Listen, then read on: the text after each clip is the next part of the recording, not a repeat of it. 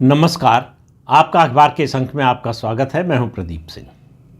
देश के 12 राज्यों और केंद्र शासित क्षेत्रों में SIR की प्रक्रिया चल रही है, यानी special intensive revision of electoral rolls, मतदाता सूची का शुद्धिकरण, सामान्य भाषा में कहें तो। और इसकी ज़रूरत बहुत ज़्यादा थी, क्योंकि ये बात केवल मतदाता सूची तक सीमित नहीं है। ये देश की एकता अखंडता से जुड़ी हुई है, ये आंतरिक सुरक्षा से जुड़ा हुआ मामला है, और इसके साथ साथ डेमोग्राफिक चेंज जो करने की कोशिश हो रही है, डेमोग्राफी बदलने की जो कोशिश हो रही है, उससे भी जुड़ा हुआ है। अब ये प्रक्रिया तो 12 राज्यों और केंद्र शासित क्षेत्रों में चल रही है, लेकिन सबसे ज़्यादा चर्चा अगर कहीं हो रही है तो पश्चिम बंगाल की। और पश्चिम बंगाल में जिस तरह की चर्चा हो रही है, ममता बनर्जी और उनकी पार्टी का जो रवैया है, वो बता रहा है कि पश्चिम बंगाल का विधानसभा चुनाव का नतीजा जब भी आए, पिछली बार 2 मई को आया था, 1 या 2 मई को, इस बार भी उसी तारीख के आसपास आएगा, ऐसी उम्मीद करनी चाहिए। नतीजा जो भी आए वो उस समय की बात होगी, लेकिन अभी लग रहा है कि ममता बनर्जी ने मान लिया है कि वो चुनाव हार रही हैं। उनका सारा व्यवहार, उनका सारा आचरण, उनकी पार्टी का आचरण, उनकी सरकार का आचरण, वो एक हारे हुए राजनीतिक दल के नेताओं कार्यकर्ताओं जैसा लग रहा है। मतदाता सूची का शुद्धिकरण हो रहा है, तो उसमें किसी पार्टी को क्यों ऐतराज़ होना चाहिए। सभी पार्टियों की ये जिम्मेदारी है कि वो देखें कि उनके जो मतदाता हैं या जो वो समझते हैं कि उनके समर्थक हैं, उनका नाम न कटने पाए, न किसी तरह से छूटने पाए, उनको मतदाता सूची में उनका नाम शामिल कराया जाए। अब इस पूरी प्रक्रिया में ज़मीनी स्तर पर 2 लोगों का रोल बहुत महत्वपूर्ण होता है।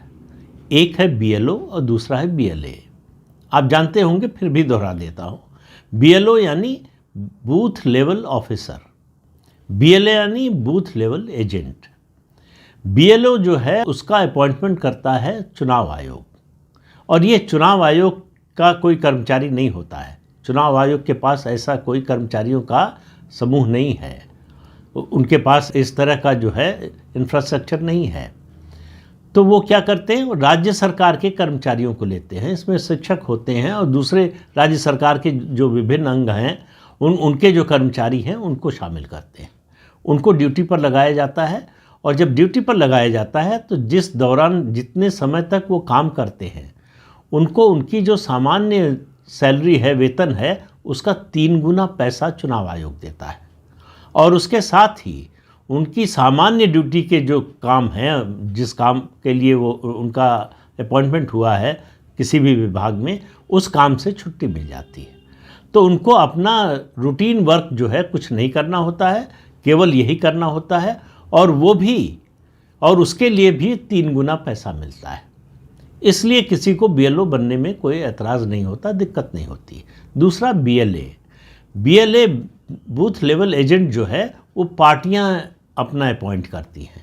सभी पार्टियां अपने कार्यकर्ताओं को BLA बनाती हैं, और वो निगरानी रखने का काम करते हैं, सहायता करने का काम BLO का करते हैं, कि ऐसा न हो कि जो उनके समर्थक माने जाते हैं उनका नाम कट जाए, या जो उनके विरोधी हैं उनका नाम जुड़ जाए। तो मतदाता सूची में कोई गड़बड़ न होने पाए, ये देखने का काम इनका है। अगर कोई गड़बड़ी हो रही है तो उसकी शिकायत करना, से दूर कराना, ये उनका काम है। लेकिन पश्चिम बंगाल में गंगा उल्टी बह रही है। पश्चिम बंगाल में हो ये रहा है कि जो ममता बनर्जी बात कह रही है कि BLO पर बहुत ज़्यादा दबाव है, ये बात उनकी बिल्कुल सही है, लेकिन उन पर दबाव काम का नहीं है। उन पर दबाव है तृणमूल कांग्रेस की सरकार के मुताबिक काम करने का। सरकार का और पार्टी का दबाव है कि इसी तरह से काम करो। उसका काम है कि मतदाता सूची के पुनरीक्षण के लिए जो फॉर्म है वो परिवार तक पहुंचा देना, वो फॉर्म भर दें और उसको ले आना, और उसके बाद जो है उसको डिजिटली अपलोड कर देना इलेक्शन कमीशन की वेबसाइट पर। इतना काम है उसका। अब ये काम शुरू हुआ तो सामान्य गति से चल रहा था, लग रहा था कि बहुत सब कुछ ठीक चल रहा है। जब उसको डिजिटाइज किया गया तो कई चीज़ें सामने आने लगी। 2208 बूथ, 1-2 नहीं, 2208 बूथ ऐसे पाए गए जिन पर 2002-03 में जो इंटेंसिव रिवीजन हुआ था, SIR हुआ था, उस दौरान जो वोटर थे वही वोटर आज भी हैं। अब ये तो संभव नहीं है कि 22-23 साल में किसी बूथ पर जो वोटर रजिस्टर्ड हैं 22-23 साल पहले जो रजिस्टर्ड थे उनमें से किसी की मृत्यु नहीं हुई हो, कोई अपना इलाका छोड़कर न गया हो, कोई अपना राज्य छोड़कर न गया हो। ये तो बिल्कुल असंभव जैसी बात लगती है। तो इलेक्शन कमीशन के कान खड़े हुए, इसकी जांच कराई गई तो पता चला कि वो संख्या घटकर 408 पर आ गई। ये 408 में भी शक है। अब आप देखिए 2208 और कहाँ 408। तो ममता बनर्जी और उनकी पार्टी क्या खेल कर रही है? जो लोग इस दुनिया में नहीं हैं, जो लोग उस इलाके में यानी उस बूथ का जो एरिया है वहाँ नहीं रहते, जो पश्चिम बंगाल में नहीं रहते, या जिनके 2 वोटर आई कार्ड हैं, मतलब पश्चिम बंगाल में कभी बनवा लिया था और दूसरी जगह चले गए वहाँ बनवा लिया, तो एक जगह से उनका नाम कट जाएगा। तो यहाँ काफ़ी समय से नहीं रहते तो यहाँ से नाम कट जाएगा। उन सब को वोटर बना कर रखना और ऐसे लोगों को जो इस देश के नागरिक नहीं हैं उनका नाम भी मतदाता सूची में बना कर रखना, क्योंकि वो कोई 6 महीने 8 महीने 10 महीने पहले नहीं आए हैं। ये जो घुसपैठिए हैं कोई 5 साल 10 साल 20 साल 25 साल से ये यहाँ रह रहे हैं और वोटर बने हुए हैं। इनको वोटर बनाने का काम, इसकी शुरुआत पहले CPM ने की और उसको आगे बढ़ाया ममता बनर्जी ने। अब ये SIR के डर से ये बांग्लादेशी घुसपैठियों का एक बड़ा वर्ग भागकर बांग्लादेश जा रहा है। आप भारत बांग्लादेश सीमा के दृश्य आजकल देखें तो आपको लगेगा कि कोई मेला लग रहा है या क्या हो रहा है कि भारत से भागकर इतने लोग क्यों जा रहे हैं। और बांग्लादेश उनको लेने में कोई संकोच नहीं कर रहा है, क्योंकि इन लोगों के पास बांग्लादेश का नागरिक होने का प्रमाण है। तो इससे आप समझिए कितनी बड़ी संख्या में ऐसे लोग मतदाता बने हुए थे जो इस देश के नागरिक ही नहीं हैं, जो इस मतदाता बनने की योग्यता ही नहीं रखते। अब एक नया धंधा शुरू हुआ है। मैंने कुछ दिन पहले एक वीडियो बनाया था, उसमें बताया था मध्य प्रदेश का एक किस्सा। वो अधिकारी, सरनेम था उसका, उस आदमी का 42 साल का, जिसने दावा किया कि वो भारत का नागरिक है, मतदाता है, उसके पास आधार कार्ड था, उसके पास पैन कार्ड था, वोटर आई कार्ड था, सारे डॉक्यूमेंट जिनकी ज़रूरत थी सब थे। पुलिस को शक हुआ, जांच हुई, फिर अदालत को भी शक हुआ। अदालत ने 2003 की जो मतदाता सूची थी उससे जांच करवाई, उसके आधार पर परीक्षण कराया, तो पता चला कि जिसको उसने अपना पिता बना रखा है 2003 में उस मतदाता सूची में जो नाम दर्ज है उसमें उसके 2 ही बेटे हैं। इसके हिसाब से उसके 4 बेटे हैं। जब उससे पूछा गया तो उसने कहा नहीं, मेरे 2 ही बेटे हैं। इसी को आधार बनाकर या इसी रणनीति के तहत जो पश्चिम बंगाल की 2 सरकारों, 2 पार्टियों, CPM और उसके बाद तृणमूल कांग्रेस ने किया। अब जो मामले सामने आ रहे हैं, पता चला कि 10 लोगों का पिता एक ही है और उस पिता को मालूम नहीं है कि उसके 10 बच्चे हैं। तो किया क्या है कि पुरानी वोटर लिस्ट से जो सीनियर सिटीजन हैं उनका नाम और उनका डिटेल निकालकर उनको अपना पिता, अपना परिवार दिखा दिया है। अब वो इस दुनिया में हैं या नहीं, ज़्यादातर दुनिया में नहीं हैं, तो जाहिर है कि उनकी ओर से कोई वेरिफिकेशन, शिकायत या इस तरह की चीज़ हो नहीं सकती, तो इसलिए मतदाता सूची में उनका नाम चल जाएगा। लेकिन अब उसकी स्क्रूटनी हो रही है। उसके अलावा चुनाव आयोग ने पश्चिम बंगाल में एक और काम कर दिया कि दूसरे राज्यों की मतदाता सूची से भी मिलान होगा, कि अगर वो कभी दूसरे राज्य में थे मतदाता या क्या दूसरे राज्य में भी हैं, उससे भी मिलान किया जाएगा। ये डिजिटाइजेशन का सब फायदा है। सब डिजिटल हो जाने से बहुत आसान हो गया है। कंप्यूटर के बटन के क्लिक पर जो है आपको पता चल जाएगा ये सब। तो अब जो पाप हैं ममता बनर्जी के सामने आ रहे हैं। पाप का घड़ा भर चुका है और वो फूटने के लिए तैयार है बिल्कुल। इसीलिए ममता बनर्जी की ये बौखलाहट है, ये बदहवासी है। तो ममता बनर्जी, जो मैंने पिछले अपने वीडियो में कहा था कि इस समय बीजेपी से नहीं लड़ रही हैं, इस समय संविधान से लड़ रही हैं, संवैधानिक व्यवस्था से लड़ रही हैं और संवैधानिक संस्था से लड़ रही हैं। उनकी सारी कोशिश है कि किसी तरह से चुनाव आयोग एसआईआर बंद कर दे। वो सुप्रीम कोर्ट भी गई है उनकी पार्टी, वहाँ से भी कोई राहत नहीं मिल रही है। खास तौर से रोहिंग्याओं के मामले पर तो जो टिप्पणी की है चीफ जस्टिस की कोर्ट ने, वो तो आंखें खोलने वाली है। पहली बार देश की सुप्रीम कोर्ट ने इस तरह की टिप्पणी की है। क्यों कह रहा हूँ पहली बार? तुलना के लिए अभी कुछ महीने पहले सुप्रीम कोर्ट की ही एक बेंच ने दिल्ली में रोहिंग्याओं के लिए कहा, सरकार को आदेश दिया कि इनका राशन कार्ड, इनके पास अगर कोई आइडेंटिटी नहीं है तो इनकी आइडेंटिटी बनाइए, इनका आधार कार्ड बनाइए, इनको सारी सरकारी सुविधाएं दीजिए। और अब chief justice of India justice Suryakant की पीठ ने कहा है कि क्या हम ऐसे लोगों के लिए रेड कारपेट बिछाएं जो इस देश के नागरिक नहीं हैं? उन पर देश के संसाधन का पैसा क्यों खर्च हो, जबकि हमारे यहाँ अपने लोगों को उसकी ज़रूरत है।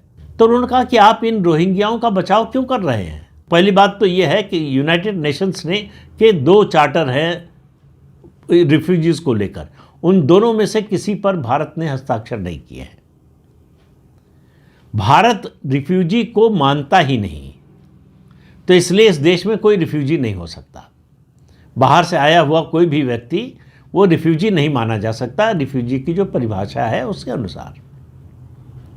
और ये अगर वो इस देश का नागरिक नहीं है तो इस देश के संविधान में जो मौलिक अधिकार मिले हुए, अब आप देखिए कैसे खेल कर रहे हैं ये घुसपैठियों, रोहिंग्याओं और देश विरोधी तत्वों को बचाने के लिए। सुप्रीम कोर्ट के एक वकील साहब बोल रहे थे चर्चा के दौरान, जब ये कहा गया कि संविधान जो है, जो मौलिक अधिकार देता है आर्टिकल 14, 15, 19 में, वो देश के नागरिकों के लिए है, गैर नागरिकों के लिए नहीं है, विदेशियों के लिए नहीं है, घुसपैठियों के लिए नहीं है। तो उन्होंने कहा नहीं, आप गलत बात कह रहे हैं, आर्टिकल 19 की सुविधा तो नहीं है, उसका तो संरक्षण नहीं है, लेकिन आर्टिकल 14 और 15 लागू होता है फॉरेनर्स पर। अब आप देखिए बारीक से फ़र्क को उन्होंने एक्सप्लॉइट करने की कोशिश की। जो फॉरेन नेशनल है, जो लीगल तरीके से भारत में आया है, वो इन सुविधाओं का हकदार बनता है। लेकिन जो इल्लीगल तरीके से आया है, चोरी छुप कर आया है, जो चीफ जस्टिस सूर्यकांत ने कहा कि आप पहले सुरंग बनाते हैं, उससे भारत में आते हैं, यहाँ आ जाते हैं, तो फिर दावा करते हैं कि हम यहीं के हैं, हमको सारी सुविधाएं चाहिए, तो ये कैसे हो सकता है? तो दरअसल ये सीधे सीधे डेमोग्राफी को बदलने की कोशिश है। लेकिन ये कर रहे हैं, ये बात एक तरफ। इनको बचाने वाले जो हैं, मेरा मानना है कि वो देश के ज़्यादा बड़े दुश्मन हैं, जो इनका बचाव कर रहे हैं, जो इनके पक्ष में खड़े होते हैं। तो ममता बनर्जी वही काम कर रही हैं। वो डेस्परेट हैं, उनको लग रहा है कि अगर रोहिंग्याओं को, बांग्लादेशी घुसपैठियों को मतदाता सूची से निकाल दिया गया तो उनकी हार तो चुनाव शुरू होने से पहले हो जाएगी, और वो होता हुआ दिखाई दे रहा है। क्योंकि उनकी जीत का जो आधार है, उनका जो कोर वोट है, वही मतदाता सूची से बाहर हो जाएगा, तो जीतेंगी कैसे? तो इसलिए उनका सारा हमला एसआईआर पर है, उनका सारा हमला चुनाव आयोग पर है। और मुद्दा क्या उठा रही हैं कि नहीं, हम एसआईआर के खिलाफ नहीं हैं, हम तो बीएलओ का जो काम का बोझ बढ़ गया है, उसकी वजह से आत्महत्या हो रही है, उसकी वजह से विरोध कर रहे हैं। अभी तक एक भी मामले में राज्य सरकार ये साबित नहीं कर पाई है जिस बीएलओ ने भी आत्महत्या की है वो काम के बोझ के कारण, जो इलेक्शन कमीशन ने काम दिया है उसके बोझ के कारण आत्महत्या की है। बल्कि एक बीएलओ जिसकी मौत हुई है, टीएमसी के लोगों ने, टीएमसी के गुंडों ने जिसको मारा, उसकी पत्नी का कहना है कि ये टीएमसी के गुंडे थे, उनकी वजह से जो है मेरे पति की मौत हुई है। तो आप इससे अंदाज़ा लगाइए किस हद तक जाने को तैयार है ममता बनर्जी। अब इलेक्शन कमीशन के पास अपनी कोई मशीनरी होती नहीं, वो राज्य की मशीनरी से ही काम करता है, और जो जिला निर्वाचन अधिकारी होता है वो उस जिले का डीएम होता है, जिलाधिकारी होता है। वो रिपोर्ट करता है राज्य सरकार को, राज्य सरकार के अधीन होता है। लेकिन चुनावी प्रक्रिया में चुनाव आयोग की ताकत बहुत बड़ी होती है।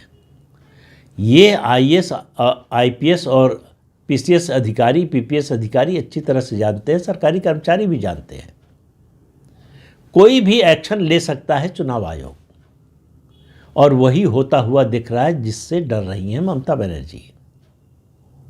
इसीलिए बीएलओ जो हैं, चूंकि सरकारी कर्मचारी हैं, उनको धमकाया गया तो उनसे विरोध करवाया गया। चुनाव आयोग के दफ्तर के सामने प्रदर्शन कराया गया कि हमारा काम बहुत बढ़ गया है, जबकि कोई काम नहीं बढ़ा है। एक बूथ पर 1200 से ज़्यादा, मैंने पिछले वीडियो में भी ये गणित बताया था, 1200 से ज़्यादा मतदाता नहीं होते। 1200 से बहुत, अगर किसी बूथ पर बहुत ज़्यादा है तो 1500, और ये माना जाता है कि एक परिवार में 3 वोटर होते हैं। तो आप 400 या 500 परिवार मान लीजिए। उसके लिए उसको 30 दिन का समय मिला हुआ है, और उसको जाना है, फॉर्म देना है और जाकर वापस फॉर्म लेकर आना है। अब चुनाव आयोग ने 1 हफ्ते का समय बढ़ा भी दिया है। बिहार में 1 दिन का भी समय नहीं बढ़ाया था। बिहार में किसी बीएलओ ने नहीं कहा कि हमारे ऊपर काम का इतना बोझ है कि हम आत्महत्या कर लेंगे। बंगाल में क्यों हो रहा है? क्योंकि बंगाल में बीएलओ पर तृणमूल कांग्रेस का दबाव है, उसके कार्यकर्ताओं, उसके गुंडों और उसके सरकारी अधिकारियों का, टीएमसी के नेताओं का। और जब मुख्यमंत्री ही शह दे रही हों तो दबाव तो होगा ही। तो मुख्यमंत्री इस देश के जो नागरिक हैं और उन्हें मतदाता होना चाहिए, उनके बचाव में नहीं खड़ी हैं।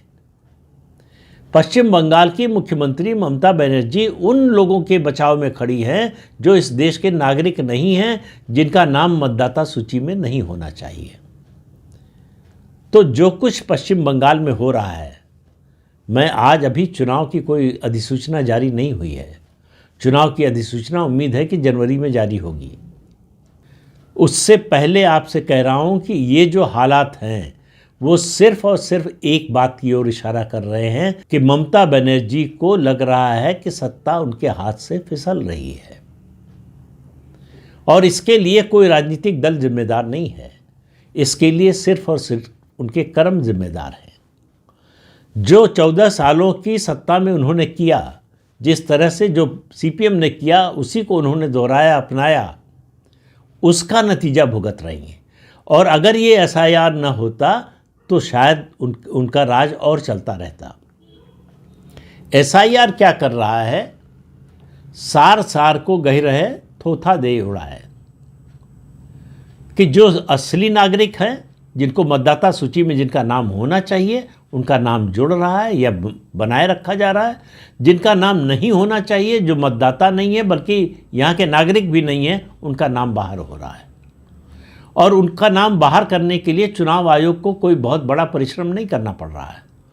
केवल पिछली जो 2002, 2003 या बल्कि 2002 से 6 के बीच में जो एसआईआर हुई, उस सूची से मिलान करना है कि उस समय आज जो मतदाता है उसके माता पिता या परिवार का कोई भी व्यक्ति अगर मतदाता सूची में उसका नाम था तो कौन था, कहाँ रहता था, उसके कितने बच्चे थे, तो फैमिली ट्री क्या है, ये सब पता चल जाएगा।